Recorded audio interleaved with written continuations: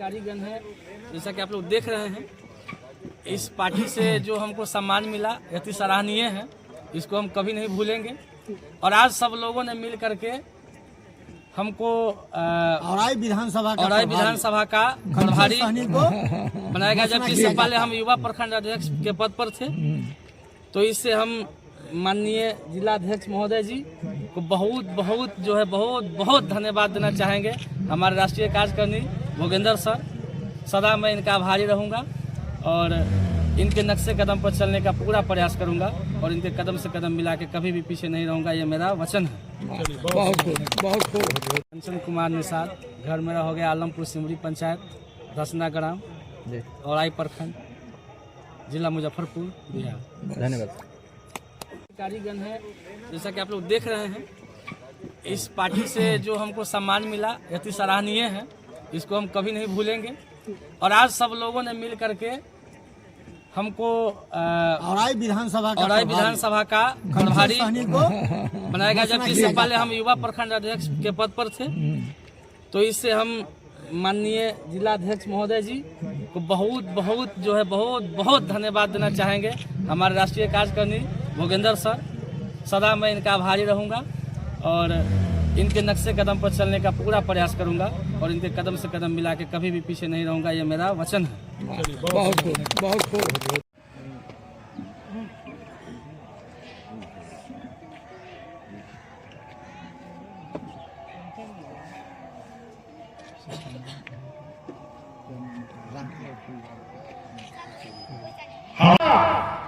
और हमारे हर काम में अवरोधक बनने लगे। आपको मैं बता दूं, हमारे सभी साथी जानते होंगे, ऐसा कोई मुद्दा नहीं था जिसको लेकर हमने आंदोलन नहीं किया। मैं अपने दम पर महीना में 2 बार 3 बार प्रखंड मुख्यालय को हमेशा जलाने का काम किया। हजारों हजार की भीड़ लेकर, मोड़ी कचरी खाकर, सतुआ फाँक कर, घर से सूखी रोटी और नमक मिर्चाई मंगवा कर खाने का काम किया और गरीबों की आवाज को बुलंद करते हुए उनके अधिकार को देने और दिलाने का काम किया। ऐसा कोई कोना नहीं होगा जिसको लेकर हमने आंदोलन नहीं किया होगा। आप सभी को याद है दोस्तों, वर्ष 2019 में हम लोगों ने मेडिकल में जो घोटाला हो रखा था महोदय, 7 गोदाम एक्सपायरी दवा भरा हुआ, 20/15 का गोदाम है, 7 गोदाम में दवा 2011 से 2019 के बीच लेकर और वहां एक्सपायरी दवा दे देकर लोगों का जान लेने का प्रयास कर रही थी ये सरकार। उस समय भी माननीय मुख्यमंत्री यही थे और आज जो हमारे बिहार के स्वास्थ्य मंत्री हैं, उस समय भी वही स्वास्थ्य मंत्री थे। जब हम लोगों ने कमी पकड़ा तो बहुत बड़ा विस्फोटक आंदोलन हुआ। कम से कम 50-60 हजार लोग हम लोगों के जुलूस में सड़क पर उतरकर मसाल जुलूस करने का काम किया। उसमें सिविल सर्जन, यहाँ के डॉक्टर, यहाँ के कर्मी सीधा फंस रहे थे। उन लोगों को अपनी नौकरी प्यारी थी, अपनी जान प्यारी थी, अपने घर और बाल बच्चे की चिंता सताने लगी थी महोदय। जब लोगों ने देखा, सरकार ने देखा कि हमारा तो कचूबर निकल जाएगा, हम लोगों के आंदोलन को लेकर पूरे बिहार में खलबली मच गई थी। तो ये चतुर चालाक आज का जो स्वास्थ्य मंत्री है, जो मुख्यमंत्री है, इन लोगों ने साजिश के तहत तमाम क्रांतिकारियों के ऊपर रेप केस करवाया, बलात्कार का केस करवाया, हरिजन एक्ट में नाम करवाया। 18 आदमी के ऊपर 18 गो दफा जो ब्लॉक आप मेडिकल में जाइए, वहां एक पूरा लिस्ट टंगा होगा कि अगर बात जोर से कीजिएगा डॉक्टर के साथ तो ये दफा लग जाएगा, आप बकझक कीजिएगा तो ये दफा लग जाएगा, तोड़फोड़ कीजिएगा तो ये दफा लग जाएगा। और हम लोगों के ऊपर 100 दफा लाते हैं। रेप केस भी ऐसा कहने में शर्म हमको आती है कि इन लोगों ने मुंह में रेप किया। ऐसा दफा लगाकर 18 हमारे क्रांतिकारी साथियों के ऊपर आनंद फानंद में दफा लगा 211 लोगों के ऊपर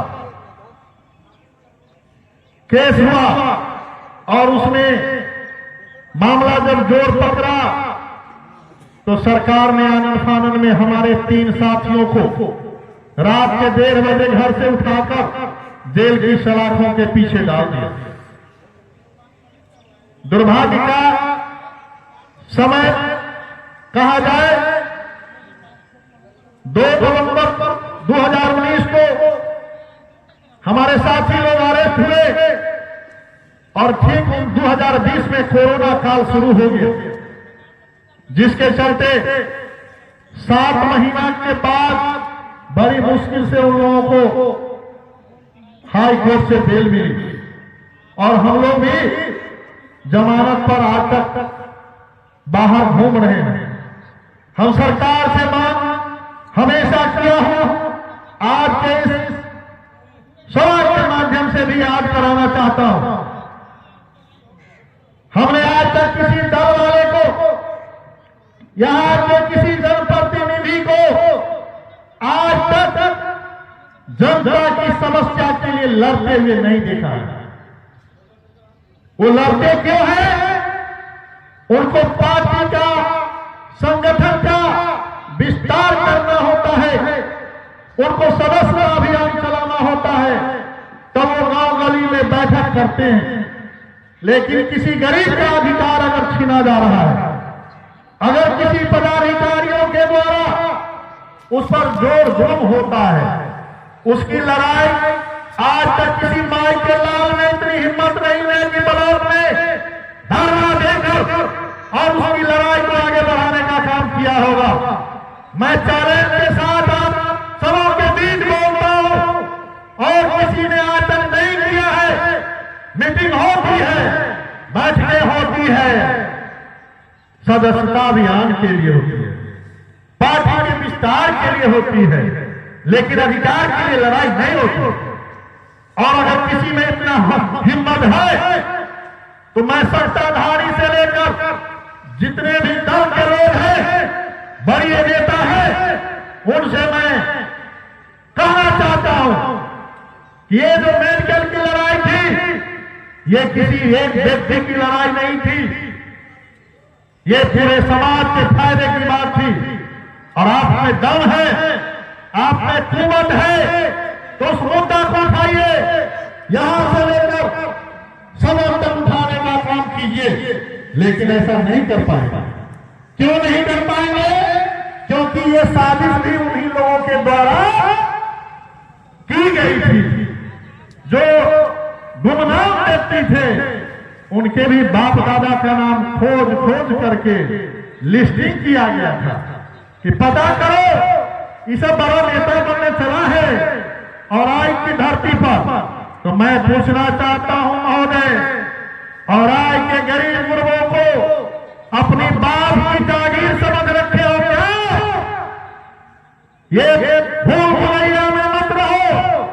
आने वाले समय में छठी का दूध याद कराने की जवाबदेही हम लोगों पर है, और ये वीआईपी पार्टी छठी का दूध याद कराएगी। जितना चर्बी बढ़ा हुआ होगा वो सब चर्बी उतर जाएगा। ये मैं आपके माध्यम से कहना चाहता हूं महोदय। अभी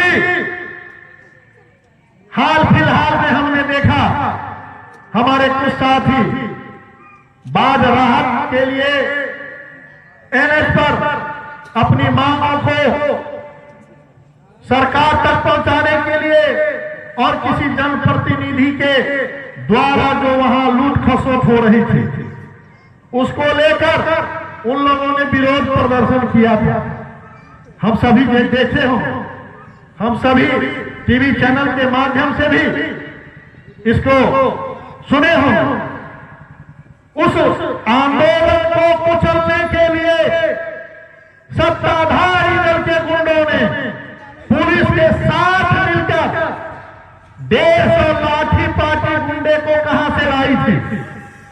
आप देखे होंगे, एक साथ पुलिस के साथ लठौर पार्टी भी लाठी लेकर के आम पब्लिक को मार रहा है, पीट रहा है। ये कौन लोग थे? वो स्थानीय गुंडा पालने वाले लोग। कहां से आया था वो भीड़? हम सरकार से मांग करेंगे कि वो जो गुंडे तत्व के लोग थे उन लोगों को चिन्हित करो, उस पदाधिकारियों के ऊपर जो कानून संसद कार्रवाई होनी चाहिए उसको करते हुए, और जो भोले भाले निर्दोष गरीब लोग जो अपना बाढ़ में सब कुछ गंवा लिए थे उन लोगों को आनंद फानन में मुकदमा करके जेल में डाल दिया और सरकार अपना पीठ थपथपाने लगी थी। हम आपके इस सवाल के माध्यम से हमारे जितने भी मीडिया कर्मी भाई बंधु बैठे होंगे, जरा फोकस करिएगा जरूर। मैं कहना चाहूंगा, और मेरे बाढ़ आई उसमें मात्र 30 से 40% लोगों को बाढ़ राहत मिली थी महोदय, और शेष लोगों का नाम सरकार के चहेते लोगों के आधार पर काट दिया गया था। मैं पूछता हूं, आप कहते हैं कि मेरा पूरा मुजफ्फरपुर जिला का उत्तरी हिस्सा पानी में डूब चुका है, तो डूबा तो होगा तो 100% डूबा होगा। तो 30% को आपने बाढ़ राहत दे दिया और 70% लोगों के साथ आपने गद्दारी किया है। हम आपके माध्यम से कहना चाहते हैं कि अभी भी अपने हक और अधिकार के लिए जनता आपसे जरूर लड़ेगी। आपने किस हैसियत से 30% लोगों को बाढ़ राहत की सामग्री दिया और 70% लोगों का नाम आपने काट दिया? या तो आपके चहेते गुंडे लोग करवाए होंगे, या पदाधिकारियों को आपने हेस दिया होगा, या जो जनप्रतिनिधि हैं वो लोग अपना साजिश रच दिए होंगे। दूसरा मैं कहना चाहता हूं, बाढ़ आई थी, उसमें हमारे भारतीय सेना का जो हेलीकॉप्टर था, दुर्भाग्य से उनको आपातकालीन लैंडिंग करना पड़ा था, और देसी बाजार के पास ही सुरक्षित लैंडिंग हुई थी, और उस लैंडिंग में हेलीकॉप्टर पूरी तरह पानी में डूब गया था।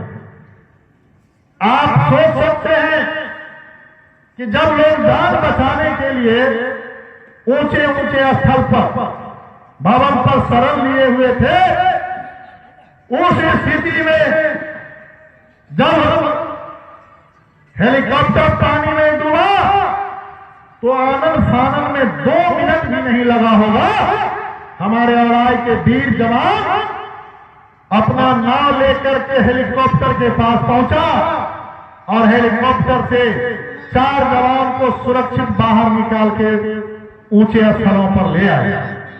क्या ये किसी वीर सैनिक से कम बहादुरी का काम उन्होंने किया कि जब खुद लोग डूब रहे हैं, हमारा घर एकदम आकाश रहे हमेशा। तो इसलिए मैं बहुत कुछ सोचता हूं अपने पार्टी को आगे बढ़ाने के लिए, और जो भी मन में है बारी बारी से आगे आएगी और मैं अपने पार्टी के लिए एक परियोजना लाऊंगा, और बहुत सारा फैसिलिटी होगा जो हमारे नजरिए से जिसको स्थापित करके पार्टी को आगे बढ़ाया जाएगा। चलिए इसी बात के साथ अपने वाणी को विराम देते हैं।